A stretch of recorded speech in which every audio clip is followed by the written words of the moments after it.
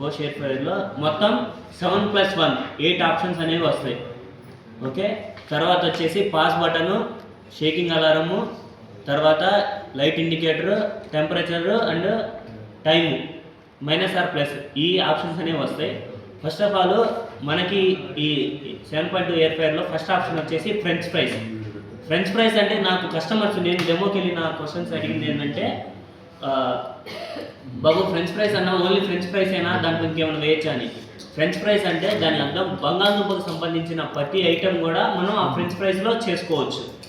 తర్వాత చికెన్, తర్వాత మటన్, తర్వాత ఫిష్, తర్వాత వచ్చేసి వెజ్జీస్, తర్వాత బేకింగ్, తర్వాత వచ్చేసి పిజ్జాస్ అలాంటివి చేసుకోవడానికి. తర్వాత వచ్చేసి ఈ 7 అయిపోయినాయి. ఎడిషనల్ ఆప్షన్ వచ్చేసి కీప్ వామ్. ఓకే, మనకి ఫస్ట్ సపోజ్ మనం ఇప్పుడు ఫ్రెంచ్ ఫ్రైస్ పెట్టాము. ఫ్రెంచ్ ఫ్రైస్ పెడితే 180 డిగ్రీలు టెంపరేచర్ తీసుకొని 23 నిమిషాలు తీసుకుంటుంది. ఇది ఎంత కెపాసిటీ అని చాలామంది డౌట్ ఉంది. ఇది 5 పోర్షన్స్ అని చెప్తాం. పోర్షన్ అంటే 150 గ్రాములు. ఓకే, దాంట్లో మనం పోర్షన్ 150 గ్రాములు అన్నప్పుడు 5 పోర్షన్స్ అన్నప్పుడు అది 750 గ్రాముల దాకా వస్తుంది. మనకి మాన్యువల్గా ఫ్రెంచ్ ఫ్రైస్ మనం ఏదైనా చేసుకుంటుంటే నేను గమనించింది ఏంటంటే 1/2 kg ఒక దఫాన వేసుకోవచ్చు. ఇప్పుడు 700 గ్రాములు వేయచ్చా అంటే వేయచ్చు. బట్ ఏమవుతుందంటే అది ఒకదాని మీద ఒకటి పడడం వల్ల కింద ఉన్నది ఉడకడం లేదు, పైది మాత్రం రోస్ట్గా క్రంచీగా అయిపోతుంది, ఈవెన్గా రాదు. అలాంటప్పుడు ఏంటంటే మనం 1/2 kg ఒక దఫాన వేసుకుంటే మనకి నీట్గా వెళ్ళిపోతుంది. ఓకే, ఇది 180 డిగ్రీలు. తర్వాత ఇది లేదు నేను టెంపరేచర్ పెంచుకొని టైమింగ్ పెంచుకుంటాను, నేను 750 గ్రాములు వేసుకుంటానంటే ఆల్వేస్ అది ఎలా అంటే మనకి ఈ టెంపరేచర్లో మనం పెంచుకుంటాం. హైయెస్ట్ డిగ్రీస్ వచ్చేసి 200 డిగ్రీస్, మినిమం డిగ్రీస్ వచ్చేసి 60 డిగ్రీస్. ఓకే, తర్వాత వచ్చేసి మనకి చికెన్ కూడా అంతే 200 డిగ్రీస్ తీసుకొని 20 మినిట్స్ తీసుకుంటుంది. ఇది కూడా మనకి చికెన్లో గ్రిల్ ఐటమ్ కానీ లేకపోతే ఫ్రైస్ ఐటమ్ కానీ మనం దీంట్లో చికెన్లో చేసుకోవచ్చు. మటన్ కూడా అంతే, మటన్ కూడా 200 డిగ్రీలు తీసుకుంటుంది, 25 నిమిషాలు తీసుకుంటుంది. తర్వాత వచ్చేసి ఫిష్ ఏంటంటే ఫిష్ ఏంటంటే బాగా తొందరగా ఉడుకుతుంది కాబట్టి 120 ఫిష్ పెట్టగానే 120 డిగ్రీలు తీసుకుంటుంది, 12 నిమిషాలు తీసుకుంటుంది. నేను ఫిష్లో గమనించింది ఏంటంటే మనం ఫిష్లో ఉన్న అంటే ఇప్పుడు కొరమీన్ ఉంది, వచ్చింది, రాగిడి ఉంది, అలా ఫిషెస్లో డిఫరెన్సెస్ ఉన్నాయి. అలాంటప్పుడు ఆ ఫిష్ని బట్టి మనం ముందు ఆ టైమింగ్ ప్రకారం చూసుకొని తర్వాత మనం టెంపరేచర్ అప్ అండ్ డౌన్ చేసుకోవచ్చు. తర్వాత వచ్చేసి వెజ్జీస్. చాలామంది కూరగాయల బొమ్మలు కనపడంగానే దొండకాయ బెండకాయ చేసుకోవచ్చు అంటే ఆబ్వియస్లీ చేసుకోవచ్చు. ఇప్పుడు ఆ దొండకాయ బెండకాయని ఆయిల్ ముందు అప్లై చేయాలా తర్వాత అప్లై చేయాలా అనే డౌట్స్ రేస్ చేస్తున్నారు. అలాంటప్పుడు ఏం చేస్తారంటే మనం వాష్ చేసుకుంటాము. వాష్ చేసుకున్న తర్వాత లైట్గా దాంట్లోనే ముందుగానే కొద్దిగా ఆయిల్ అప్లై చేసుకుంటే, ఎక్కువ వేయకుండా అప్లై చేసుకుని పెట్టుకుంటే మనకి ఈవెన్గా కుక్ అవుతుంది. తర్వాత స్ప్రెడ్ చేస్తే ఏమవుతుందంటే ఒక ముక్కకు పట్టి ఒక ముక్కకు పట్టనట్టు ఉంటుంది. అలా కాకుండా మనకి ఈవెన్గా మనం ముందుగానే కలిపి పెట్టేసుకుంటే ఈవెన్గా రోస్ట్ అయిపోతుంది. అది కూడా మనం టైమింగ్ బట్టి చేసేసుకోవచ్చు. తర్వాత వచ్చేసి మనకి బౌల్ ఇచ్చారు. మనకి ఇప్పుడు ఫర్ సపోజ్ కేక్ బేకింగ్లో బౌల్స్ ఇచ్చారు, దాంట్లో ఎగ్ పఫ్ చేసుకోవచ్చు, పిజ్జాస్ చేసుకోవచ్చు.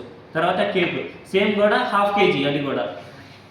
తర్వాత వచ్చేసి దీంట్లో నన్ను చాలామంది అడిగింది ఏంటంటే రీసెంట్గా ఎవరు తెనాలి నుంచి అనుకుంటా పాలు పెట్టచ్చా సార్ అని అడిగారు. అడిగితే నేను అన్నాను డౌట్ రైజ్ అయింది, అమ్మ నేను ట్రై చేయలేదు. ఎందుకు అని అమ్మ ఎందుకు అడిగిందంటే మనం ఓటీజీతో మైక్రోవేవ్తో కంపేర్ చేస్తున్నాం కాబట్టి తను అడిగిన క్వశ్చన్ నేను ట్రై చేశాను. ఆ బౌల్ పాలు హీట్ అయిపోయింది, ఇబ్బంది ఏం బా.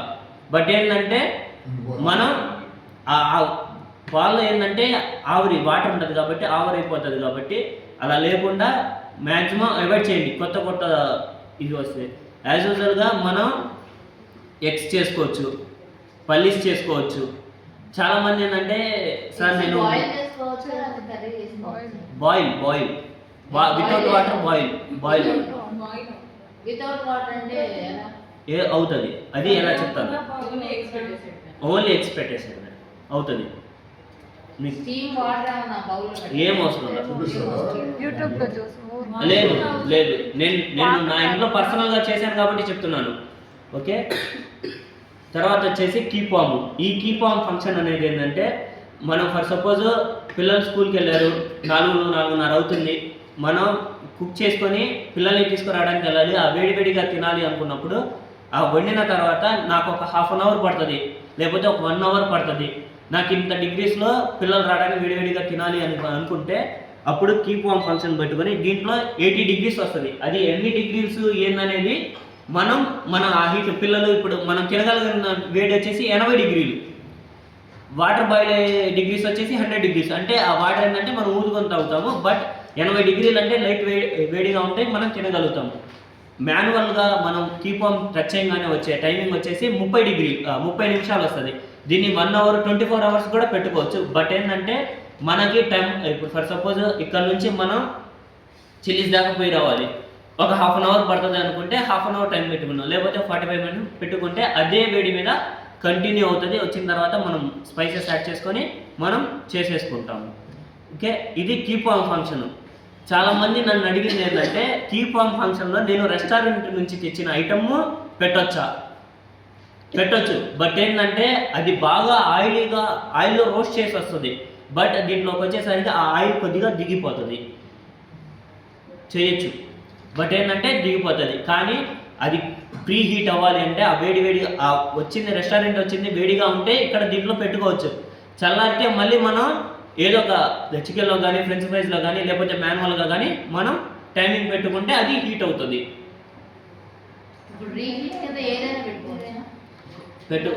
రైస్ అయితే పలుకు అవుతుంది అక్క. నేను రైస్ ట్రై చేశాను, మీరు అడిగిన దానికి నేను నా ఇంట్లో నేను స్వతహాగా చేసినాను కాబట్టి చెప్తున్నాను. రైస్ అయితే పలుకు అవుతుంది.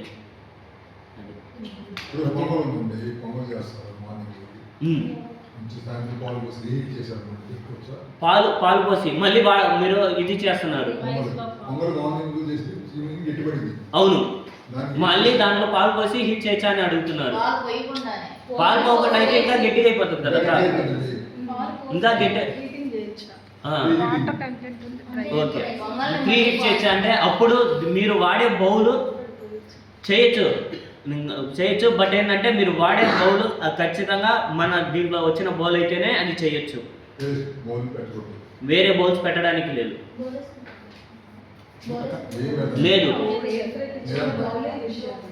వేర్ఫేర్లో దీంట్లో ఇచ్చిన బౌల్ మాత్రమే యూజ్ చేయాలి. అదర్ బౌల్ యూజ్ చేస్తే ఎందుకు అదర్ బౌల్ వద్దంటున్నానంటే మనం స్టీల్ యూజ్ చేసినా నాన్ స్టిక్ బౌల్స్ యూజ్ చేసినా దీనికి ఉన్న హీటింగ్కి అది కరిగిపోయి దాంట్లో కలిసే ఛాన్సెస్ ఉన్నాయి. దానికోసం వేరే బౌల్ పెట్టొద్దు. మనం దీంట్లో వచ్చిన కోటింగ్ వచ్చేసి LFGB సర్టిఫికేట్. ఆల్రెడీ మొన్న గన్సేద గారు నాకు పర్సనల్ ఫోన్ చేసి ఏ సర్టిఫికేట్ అని కూడా అడిగారు. LFGB అది నోరు కూడా తిరగదు, ప్రొనౌన్సియేషన్ చేయలేదు. అంటే నాకు నోరు కాదు, ఎవరికి తిరగట్లేదు. అది నేను చాలా మందికి ట్రై చేశాను కూడా, తిరగట్లేదు. LFGB సర్టిఫికేట్ అది ఫుడ్కి అసలు జర్మన్లో కొన్ని 100 టెస్ట్ చేసిన తర్వాత ఆ సర్టిఫికేట్ వస్తుంది. మీరు దాని గురించి వికీపీడియాలో సెర్చ్ చేసిన, ChatGPTని అడిగిన LFGB సర్టిఫికేట్ గురించి పర్టికులర్గా అది మీకు చూపిస్తుంది. కొంతమంది ఇప్పుడు వీడియోస్లో బిర్యానీలు అలాంటివన్నీ దీంట్లో కుక్ చేస్తున్నారు, okay, first of all okay, మీరు చెప్పిన ఈ ఇన్స్టాగ్రామ్ ఇదంతా కూడా మనకి ఓకే, నేనేం చెప్తున్నానంటే మనకి ఎయిర్ ఫ్రైయర్ మార్కెట్ అనేది బిఫోర్ 1 ఇయర్ నుంచి స్పీడ్ మూవింగ్లో ఉంది. కొంతమంది కొత్తగా ట్రై చేస్తున్నారు. ఇప్పుడు చిన్న ఎగ్జాంపుల్, తను పాలు అడిగింది నన్ను, నాకు అసలు వినగానే అరే నిజమే కదా అని నేను అప్పుడప్పుడు ట్రై చేశాను కాబట్టి నేను చెప్తున్నాను. అలా ఇంకా ఎయిర్ ఫ్రైయర్లో ఫుల్ ఫ్లెడ్జ్డ్గా ఎన్ని వంటలు చేయొచ్చు అనేది ఇంకా ఎవరికి ఐడియా రాలేదు అక్క. ఒక్కొక్కటి యాడ్ అవుతూ ఉంది. మీరు ఇంక్లూడ్ ఫిలిప్స్ మై బుక్ ఉంది ఎయిర్ ఫ్రైయర్ సంబంధించి. నేను బిఫోర్ లాస్ట్ మంత్ చూస్తే దాంట్లో 230 రెసిపీస్ వచ్చినాయి. ఇప్పుడు మీరు చెక్ చేస్తే దగ్గర 260 రెసిపీస్ దాకా వచ్చినాయి. ఎప్పటికప్పుడు అప్డేట్ అయిపోతున్నాయి. మ్యాక్సిమం ఎయిర్ ఫ్రైయర్ యూజ్ చేసేది మనము నాన్ వెజ్కి, చికెన్, మటన్, ఫిష్ అలాంటి వాటికి. ఎందుకు అంటే ప్రోటీన్ ఇదవ్వకూడదు అని చెప్పేసి ఇచ్చేస్తుంది అనమాట. ఆయిల్ లేకుండా ప్రోటీన్ తీసుకోవాలనుకున్న థాట్ మీద చేసుకుంటుంది. తర్వాత వచ్చేసి మాన్యువల్గా ఎలా యూజ్ చేయాలి భాష అని చెప్పి చాలామంది అడుగుతున్నారు. మాన్యువల్ ఏం లేదక, ఆన్ చేసుకున్న తర్వాత ఈ పాస్ బటన్ నొక్కితే 180 డిగ్రీలు తీసుకొని 15 నిమిషాలు తీసుకుంటుంది. ఇప్పుడు నేను పల్లీలు రోస్ట్ చేయాలి భాష, లేకపోతే వడియాలు అప్పడాలు వేయాలి, లేకపోతే పాస్తా ఇది చేసుకోవాలి, లేకపోతే మునగాకు, కరేపాకు ఇవి డ్రై రోస్ట్ చేసుకోవాలి. అలా నేను చేసుకోవాలంటే ఎలా అని చాలామంది అడుగుతున్నారు. అలాంటప్పుడు ఏంటంటే మనము దీంట్లో టైము మనకి ఫర్ సపోజ్ నేను గమనించింది ఏంటంటే నేను కేజీ పల్లీలు వేసాను, కేజీ పల్లీలకి 7 నిమిషాలు పట్టింది. అదే పావు కేజీ పల్లీలు వేసాను 3 నిమిషాలు పట్టింది. అర కేజీ వేసాను 5 నిమిషాలు పట్టింది. అప్పుడు మనం వేడిగా చేస్తే ఆ టేస్ట్ తెలీదు. అది చల్లారిన తర్వాత మాత్రమే బయట మనకి పొట్టు పచ్చిగా ఉన్నట్టు కనిపించినా లోపల వేగుతుంది. మీరు డోంట్ మైండ్, నేను ఇప్పుడు చాలా డెమోస్కి వెళ్ళాను, చాలా కష్టం. 3 minutes. అది క్వాంటిటీని బట్టి. ఇప్పుడు నేను డెమోస్కి వెళ్ళిన దగ్గర కస్టమర్ ఇంట్లో ఫ్రెంచ్ ఫ్రైస్ వేయాలని అడిగితే లేవు బాబు అని అంటున్నారు. నేను ఇంకా ఇంట్లో పల్లీలు ఎనీ టైం ఉంటాయి, మేడం పల్లీలు తీసుకున్నాను మేడం ఒకసారి మీకు చూపిస్తానని చెప్పేసి మేడం చేతే పెట్టించి వాళ్ళ చేతే పెట్టించి ఒక 3 నిమిషాలు అయిన తర్వాత, ఒక 5 నిమిషాలు అయిన తర్వాత టేస్ట్ చేసిన తర్వాత నేను తీసుకున్న ఫీడ్బ్యాక్, మీరు ఎవరైనా మీరు ఎయిర్ ఫ్రైస్ ఇచ్చిన డెమోస్కి వెళ్ళిన కస్టమర్ నెంబర్ ఏమైనా ఉంటే అడగండి. కళాయిలో వేపిన దానికంటే, ఇసుకలో వేపిన దానికంటే ఎయిర్ ఫ్రైలో వేపిని బాగున్నాయి అని చెప్పి నాకు ఫీడ్బ్యాక్ ఇచ్చారు. ఒకసారి మీరు ఎంక్వైరీ చేసుకోండి. నేను మళ్ళీ చెప్తున్నాను. ఎందుకంటే సార్ మనం కళాయిలో వేపేది కలుపుతూ ఉంటాం, బట్ ఇది గాలిగా ఉంటుంది కదా, ఈవెన్గా లోపల ఉడికిపోయింది అనమాట. దానివల్ల ఆ టేస్ట్ అనేది వచ్చింది. మాన్యువల్గా పెట్టేది వచ్చేసి మనం పెట్టుకున్నాము టైమింగ్, మనం టైం దగ్గర తగ్గించుకుంటున్నాము, లేకపోతే టెంపరేచర్ పెంచుకుంటున్నాము, అది మనం చేసుకోవచ్చు. ఓకే, మినిమం వచ్చేసి సార్ హీటింగ్ అయితే 80 degrees నుంచి 120 బిట్వీన్. ఓకే, ఏ మెటీరియల్ అయినా ఉడకాలి అనుకుంటే 150 డిగ్రీల నుంచి 200 degrees, 150 నుంచి 200 degrees. ఎందుకు అంటే ఇది గాలి ద్వారా ఉడికేది కాబట్టి మామూలుగా వాటర్ అయితే 100 degrees హీట్ అయిపోద్ది, ఏదైనా 100 degrees హీట్ అవుతుంది.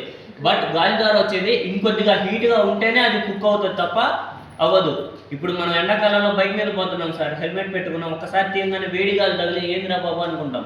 సేమ్ ఇది కూడా అంతే, అంటే ఆ గాలి ద్వారా ఉడికేది కాబట్టి మనకి ఆ హీటింగ్ అనేది 150 డిగ్రీల పైన ఉండాల్సిందే, ఉంటేనే అది ఈవెన్గా కుక్కోవడానికి పాసిబిలిటీస్ ఉన్నాయి. దీంట్లో ఇంకేమైనా డౌట్స్ ఉన్నాయి?